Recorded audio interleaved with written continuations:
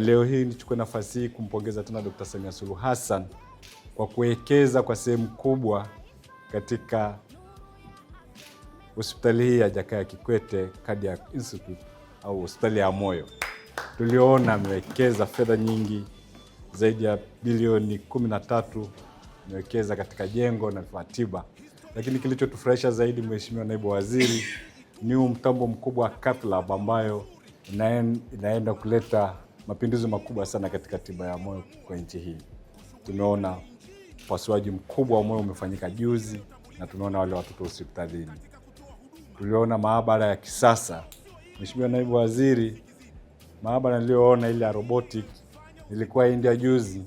Hospitali moja inaitwa Akash ambayo nimekusemea kila kitu ni robotic, nikasema nilete, kumbe tayari unayo. Hongera sana. Kwa swala lazima linalokuja Tanzania la AFCON.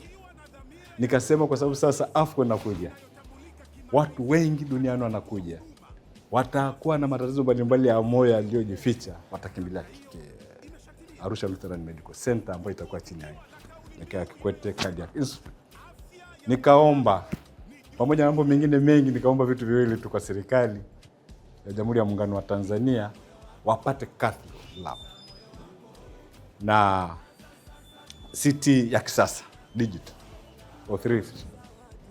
Leo Mheshimiwa Naibu Waziri, tumeshapatiwa hiyo Cath Lab. Tumeona pale watoto waliofanyiwa operation wamefanyia mpaka sasa wameweza kufanyia watoto 350 operation, lakini kipekee kabisa watoto hawa wamefanyiwa operation bure kwa mchango wa serikali, lakini na wadau waliochangia.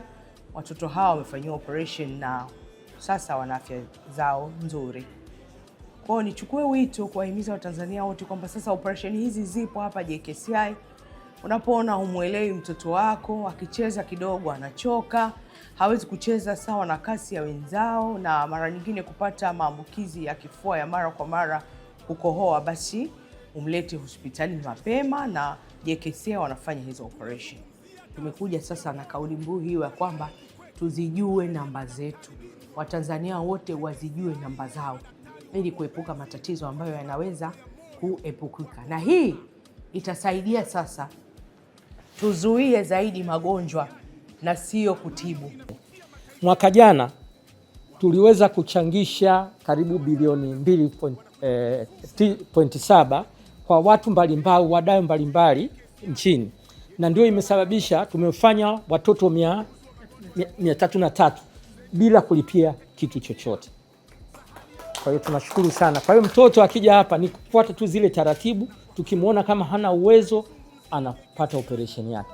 Nia yetu kama taasisi, hatutaki Mtanzania asiyekuwa na uwezo mwenye mtoto wake asipate matibabu ya moyo kwa sababu tu hana hela. Tumefikia hapa kwa sababu ya uweledi na bidii kubwa inayofanywa na wafanyakazi wa JKCI. Kama alivyokinukuu maneno ya Mheshimiwa Naibu Waziri, kwa unyenyekevu mkubwa tumepokea ushauri uliotupa na tunawaahidi tutaufanyia kazi kama inavyotakiwa, na taarifa itakayotoka nyingine ambayo mtakayokuwa nayo itatoa picha halisi ya hali ilivyo hapa JKCI. Kwa hivyo tunawashukuru sana na tunawakaribisha tena siku nyingine. Afya ya moyo wako ni jukumu letu.